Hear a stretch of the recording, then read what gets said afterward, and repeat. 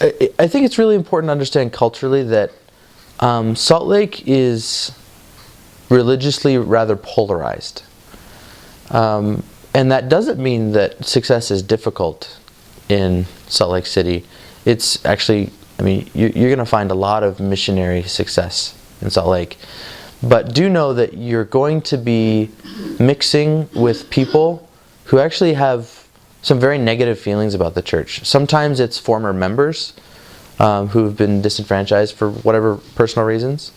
And sometimes it's people who aren't members who just don't like talking about religion and they feel uncomfortable being approached about religion.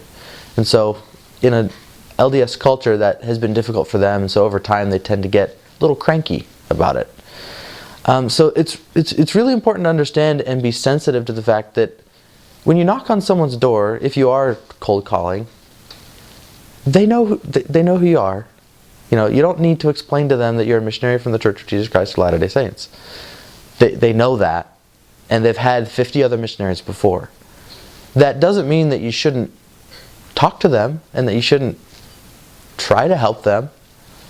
But it does mean that you shouldn't, it does mean that you can't just expect that you know all these things and they don't know all these things. Because quite frankly, they've probably had the missionary lessons before, or they at least know a large portion of what LDS doctrine is all about.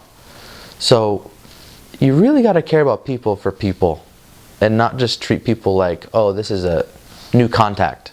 Oh, I got a new investigator. People aren't investigators. People aren't contacts. They're people with dreams and hopes and feelings.